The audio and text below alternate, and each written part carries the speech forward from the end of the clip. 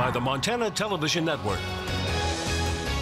Montana This Morning continues on Montana's News Leader. I'm Laura Podesta in Parkland, Florida, where Marjorie Stoneman Douglas High School remains a closed-off crime scene. We'll tell you why authorities believe the death toll could have been much higher. And in Bozeman, school resource officers are teaching students, staff, and faculty how to react in dangerous situations. The preparations here, what's being taught, that is all coming up on your Friday morning. It is 6:31. I'm Missy O'Malley. Chet Lehman will have our forecast in a moment, and Matt is off today. A court date has been set for the teen accused of opening fire inside a Florida high school on Wednesday, killing 17 people and injuring more than a dozen others. All of those killed have been positively identified. Officials say the suspect did buy the assault weapon legally at a Florida gun shop. CBS's Laura Podesta has the latest from Parkland, Florida, where residents are still trying to come to grips with this tragedy. Emotions were raw at the Pine Trails Park Amphitheater in Parkland, Florida, where a massive vigil was held overnight for those killed in Wednesday's high school massacre. At one point, the crowd chanted in unison, "No more guns." This makes no sense. This is impossible. My girl, my 14-year-old baby. Earlier in the day, the suspect, 19-year-old Nicholas Cruz, was brought handcuffed into court. You are charged with 17 counts of premeditated murder. Cruz was ordered held without bond. A Broward County Sheriff's Office report says he confessed to details of the shooting. Cruz's attorneys say their client had mounting problems and fell through the cracks. He's a broken human being. He's a broken child. He is on suicide watch. The child is deeply troubled, and he has endured significant trauma that stems from the loss of his mother. As more details emerge on how the attack unfolded, there are signs the loss of life, as bad as it was, could have been worse. A state senator says authorities told him it appeared Cruz tried to fire out of the school's third-floor windows at students as they were fleeing. Thankfully, though, the windows made of safety glass did not shatter. Laura Podesta, CBS News, Parkland, Florida. Now, police have interviewed more than 2,000 people so far in this investigation. The school still remains a crime scene and is closed today. Now, following the shootings in Florida, school resource officers in Bozeman say they received calls and emails about the precautions for our schools here. Our Morgan Davies found out what plans and trainings are in place locally.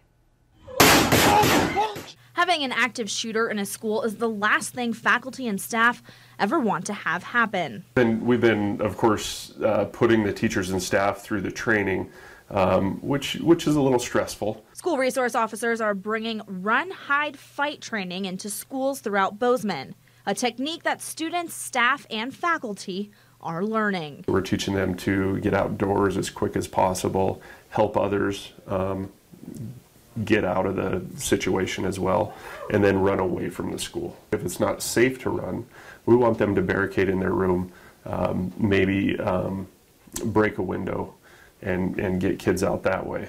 Another system that the school district has in place is emergency text messages. So parents will get notifications on their cell phones on updates of what's happening in the schools.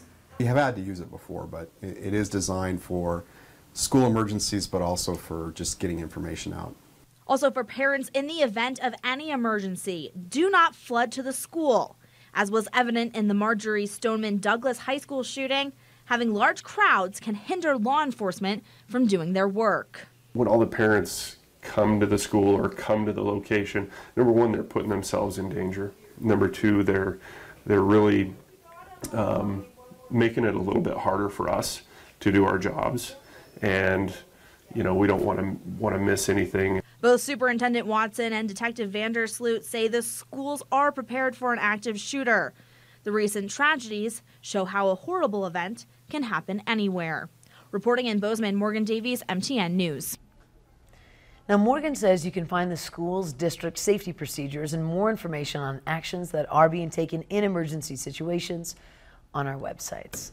Chet, I tell you, it's been a heavy couple of days of news. No question. And the weather is just, it's giving me something to look forward to with a little bit of snow, but these bitter temperatures coming back into play. You know, we've lived in the banana belt here for all of this, too. Southwest Montana has been kind of spared some of the weather that other places have had. Those folks along the High Line, Havre with record amount of snow. Browning is closed off, basically, and still under a blizzard warning until 9 o'clock this morning. We're going to see some winter, though. Don't get me wrong. It is coming. Temperatures right now ranging from the upper 20s to the teens, depending on where you are. Some windy conditions out there, and that'll linger through the day. We'll warm up near 30 degrees today with cloudy skies. Snow starts falling in the evening, then more snow through the weekend. And then that's just part one of all the fun we're going to have in Butte. Should top out near 30 this afternoon. Breezy conditions, though. We're talking some gusty winds around 25 miles an hour, so it'll feel a lot cooler than it is. And then it's just going to be a lot cooler than you want it. Detailed forecast, 10 minutes, Billion Auto Weather Patio. Oh, just giving us so much to look forward to. Thank you, Chet. Now 6:36. Several businesses in Bozeman last week were a part of an alcohol compliance check. The Bozeman Police Department carried out these checks on some of the area businesses that sell alcohol. The check consisted of the department sending a minor under the age of 21 in to buy an alcoholic beverage. The goal is to have all businesses require that anyone trying to buy alcohol presents an ID card before making that sale. Our goal really is to be a part of the conversation, be a part of the solution for alcohol consumption within our city, and try to be on top of compliance checks for folks that might be selling alcohol to underage buyers. Now 14 businesses took part in that program. Only one was out of compliance.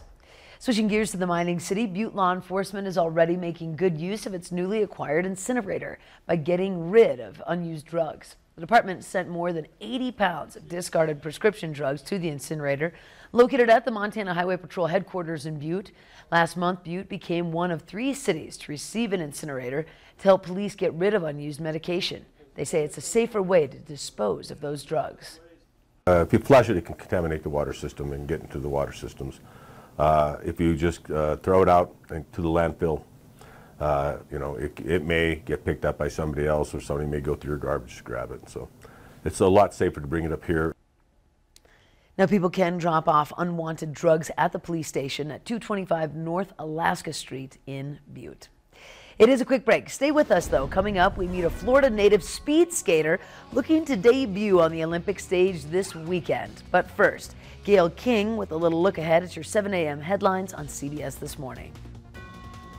Good morning. Ahead on CBS This Morning, we'll talk with a teacher whose quick thinking may have saved dozens of lives during the Florida school shooting. Plus, one of the students she helped hide and his demand for lawmakers for change. Also, we'll go along with ICE as immigration agents look for undocumented employees. Why the targeted companies say that is bad for business. We'll see you 7 o'clock on the dot.